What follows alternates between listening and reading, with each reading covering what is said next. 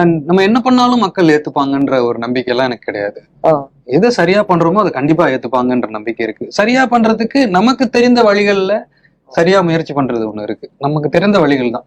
Maybe unexplored paths இருக்கலாம், எனக்கு தெரியாத விஷயங்கள் இருக்கலாம். அதை நான் இப்ப வரைக்கும் அதை பத்தின எந்த ஒரு தேடலும் இல்லாம இருக்கலாம், அதை தேடி போய் தெரிஞ்சுக்காம இருக்கலாம். அப்படிங்கும்போது அது எனக்கு எதை தெரிஞ்சுக்கணும்ன்ற ஒரு எண்ணம் இருக்கோ அது மேல நிறைய அக்கறை இருக்கு. தெரிஞ்ச விஷயம்னு எனக்கு எதுவும் பெருசா ஃபீல் ஆனதே கிடையாது. நான் எனக்கு தெரியும் அது தெரியும்ன்ற மாதிரி நான் நினைச்சுக்கிட்டதே இல்லை. ஏன்னா நம்ம தெரிஞ்சுக்கிட்டதுங்கிறது அது ஒரு இன்ஃபர்மேஷன், நமக்கு தெரிஞ்ச ஒரு இன்ஃபர்மேஷன் எல்லாருக்கும் தெரிஞ்ச இன்ஃபர்மேஷனா கூட இருக்கும். நமக்கு யாருக்குமே தெரியாத இன்ஃபர்மேஷன் எனக்கு தெரிஞ்சிருக்க வாய்ப்பு இல்லை.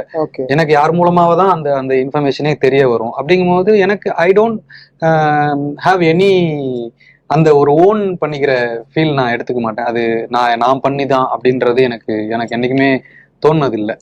அது அப்படி ஒருவேளை யோசிக்கும் போது எனக்கு அடுத்தடுத்து ஃப்ரெஷ்ஷா ஸ்டார்ட் பண்றதுக்கு ஹெல்ப் பண்ணுது. எதையுமே ஒரு ஃப்ரெஷ்ஷா ஒரு பயத்தோட அதை அப்ரோச் பண்ணுவேன். நான் காவாலாவே எடுத்துக்கிட்டா எழுதி கொடுக்கும்போது ஒரு வருஷம் தான். இப்போ எல்லாமே எனக்கு அது ஒரு வருஷத்துக்கு மேல என்ன ஒண்ணு கேட்டா எனக்கு தெரியாது, எனக்கு தெரியாதுங்க அப்படின்றவன் நான்.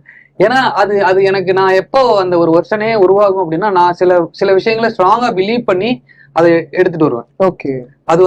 அதுக்கு பின்னாடி ஒரு 50-60 ரிஜெக்ஷன்ஸ் இருக்கும் வார்த்தைகள்ல. எல்லா வார்த்தைகளையும் போட்டு பார்த்து ரிஜெக்ட் பண்ணி எனக்கு பிடிச்ச சில விஷயங்களை கோர்த்து கொடுப்பேன்.